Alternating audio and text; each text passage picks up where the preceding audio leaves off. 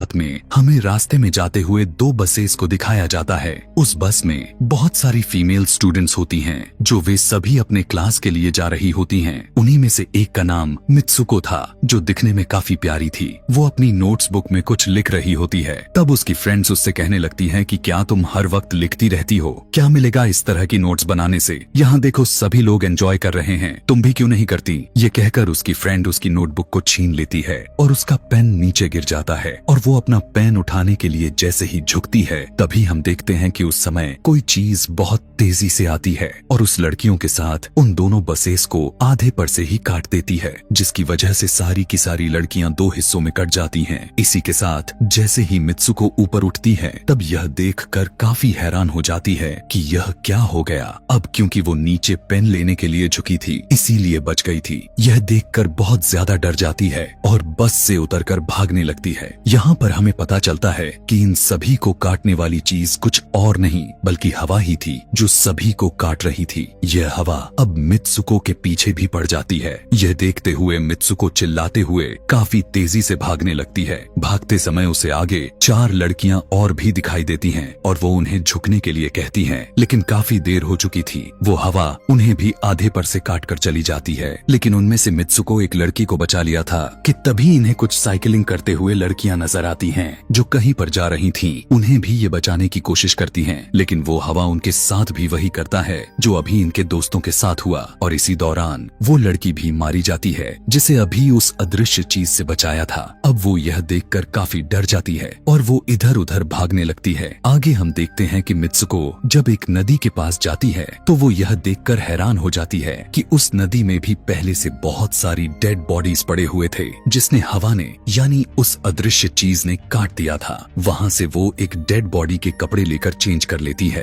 अगले सीन में हम देखते हैं कि मित्सुको चलते चलते एक स्कूल में पहुंच चुकी है, जहाँ पर और भी बहुत सारी फीमेल स्टूडेंट्स थीं। उनका यूनिफॉर्म मित्सुको के यूनिफॉर्म से काफी डिफरेंट था, यानी यह भी था कि वो तो उनके स्कूल के स्टूडेंट तो नहीं थी कि तभी एक लड़की मित्सुको के पास आती है और उससे कहने लगती है कि तुम कैसी हो। दरअसल देखा जाए तो वो लड़की उसकी बेस्ट फ्रेंड थी, लेकिन मित्सुको उससे पूछती है कि क्या तुम सच में मेरी बेस्ट फ्रेंड हो, क्योंकि उसे कुछ भी समझ में नहीं आ रहा था कि उसके साथ हो क्या रहा है। वो काफी सदमे में थी। यहाँ पर हम यह भी जान पाते हैं कि मित्सुको और उसकी बेस्ट फ्रेंड काफी ज्यादा एक दूसरे को प्यार करती हैं कि तभी वहीं पर तेज हवा चलती है और मित्सुको डर कर बिल्डिंग के अंदर चली जाती है। उसकी बेस्ट फ्रेंड को कुछ भी समझ में नहीं आ रहा था कि ये हो क्या रहा है। वो मित्सुको से पूछने लगती है कि तुम इतना ज्यादा कांप क्यों रही हो और इतना ज्यादा डरी क्यों हो, तुम्हें हो क्या गया है। तब मित्सुको अपने बेस्ट फ्रेंड को सब कुछ बता देती है कि किस तरह से एक हवा का झोंका आया और उसके स्कूल के सभी स्टूडेंट्स को काट कर चली गई। यह सुनकर उसकी दोस्त उसे विंडो के पास ले जाकर उसकी हाथ बाहर निकाल कर कहने लगती है कि ये देखो, ये बस हवा है और कुछ नहीं। यहाँ पर मित्सुको के दिल को कुछ शांति मिलती है और इसे लगने लगता है कि शायद ये मेरा ख्वाब ही हो सकता है। जिसके बाद मित्सुको का बेस्ट फ्रेंड अपने दो और दोस्तों को लेती है और क्लास को बंद करने का प्लान बनाती है। जैसे ही ये चारों क्लास के बाहर जाने के लिए निकलने ही वाली होती हैं कि तभी वहाँ पर उनकी टीचर आ जाती हैं और उन्हें देख लेती हैं, लेकिन वो चारों वहाँ से भाग जाती हैं। वे चारों भागते भागते एक लेक पर आ जाती हैं। वहाँ पर मित्सुको की बेस्ट फ्रेंड अपने दोनों दोस्तों को भी उसके ख्वाब के बारे में बताती है। तभी उनमें से एक लड़की कहती है कि हो सकता है कि यह सच हो,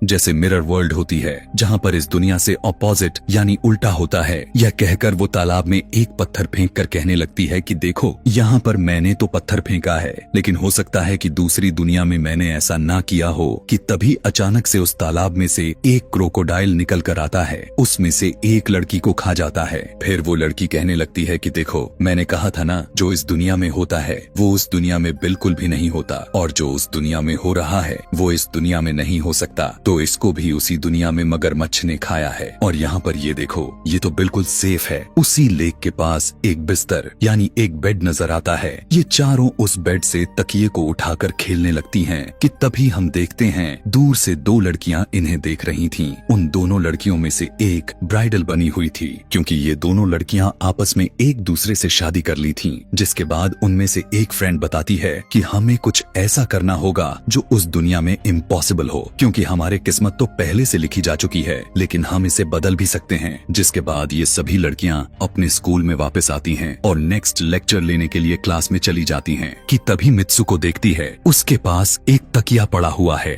अब जैसे ही वो इस तकिए को उठाने के लिए नीचे झुकती है कि तभी उसकी टीचर पूरे क्लास में गन से फायर करने लगती है और जैसे ही मित्सुको उस तकिए को उठाकर ऊपर देखती है तो उसके क्लास के सभी लड़कियां मारी जा चुकी होती हैं और यहाँ पर एक बार फिर वो बच जाती है जैसे पिछली बार अपने ड्रीम्स में बच गई थी। मित्सुको की टीचर उसके पास आकर कहती है कि तुम्हारी हिम्मत कैसे हो गई, इस क्लास को बंद करने की, तुम्हारा भी मरना तय है। कि तभी उसी वक्त दो लड़कियां और आ जाती हैं और मित्सुको को बचाकर वहाँ से भागने की कोशिश करती है, लेकिन एक दूसरी टीचर वहाँ पर आकर उन दोनों लड़कियों को मौत के घाट उतार देती है। अब जितने भी स्टूडेंट्स की जान बच गई थी, मित्सुको उनके साथ बाहर भागने लगती हैं, लेकिन स्कूल की सभी टीचर्स उन सभी लड़कियों पर फायरिंग करने लग जाती हैं। अब यहाँ पर फायरिंग के दौरान सभी लड़कियां जैसे ही वहाँ से बाहर आती हैं, तो यहाँ पर हवा उन्हें काट देती है। यहाँ पर अब मित्सुको यहाँ पर एक बार फिर से अकेली रह जाती है और वो वहाँ से भागकर क्राउड एरिया से होता हुआ पुलिस स्टेशन में जाती है। वो वहाँ पर सब कुछ बताने लगती है। उसकी यह बात सुनने के बाद पुलिस वाली लड़की उससे कहती है कि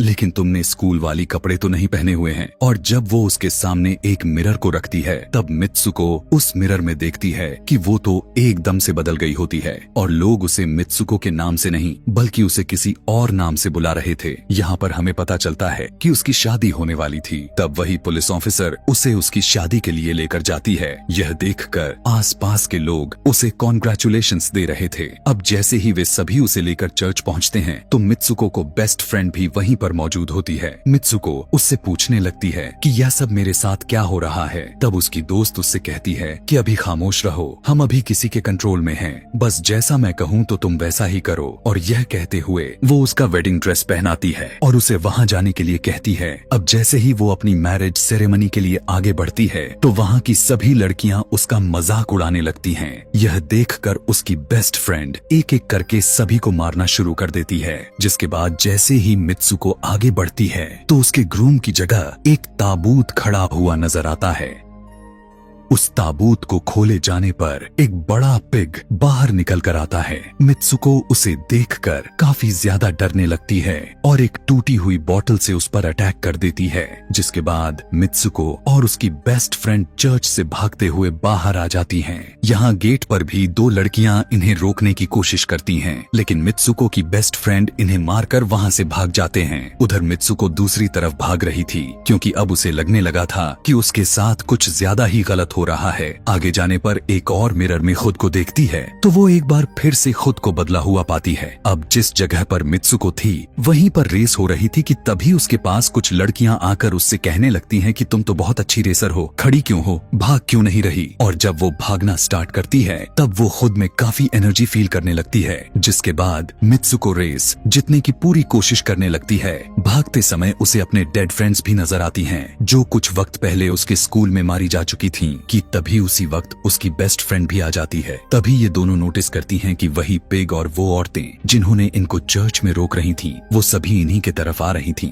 भागते समय कुछ लड़कियां मित्सुको से कहने लगती हैं कि इस दुनिया से बाहर चली जाओ। इसके बाद हम आगे देखते हैं कि मित्सुको भागते भागते एक सुनसान अंधेरी जगह पर आ जाती है। वहीं पर कुछ स्टूडेंट्स नजर आती हैं जिन्होंने यूनिफॉर्म पहना हुआ था। वो सभी लड़कियां मित्सुको से कहने लगती हैं कि हम सभी मरे हुए हैं और तुम्हें भी मार देंगे। लेकिन तभी मित्सुको की बेस्ट फ्रेंड वहाँ पर आकर उस लड़की को मारकर वहाँ से मित्सुको को भगा ले जाती है। मित्सुको की बेस्ट फ्रेंड उसे अपना नाम जोर जोर से पुकारने के लिए कहती है, जिस पर मित्सुको अपना नाम जोर जोर से लेने लगती है। इसी के साथ मित्सुको अपना असली रूप में वापस आ जाती है। उसकी बेस्ट फ्रेंड उसे अपना हाथ दिखाते हुए कहती है कि प्लीज मेरे हाथ में जो वायर लगी हुई है उसे बाहर खींच दो ताकि मैं इस दुनिया से बाहर जा सकूं। लेकिन मित्सुको को डर भी था कि कहीं यह वायर खींचने से उसकी जान न चली जाए। और क्योंकि मित्सुको अपने बेस्ट फ्रेंड को काफी ज्यादा प्यार करती थी इसलिए वो ऐसा नहीं करना चाहती थी, लेकिन ज्यादा उसे फोर्स करने पर वो उसकी वायर्स खींच देती है। वायर खींचते ही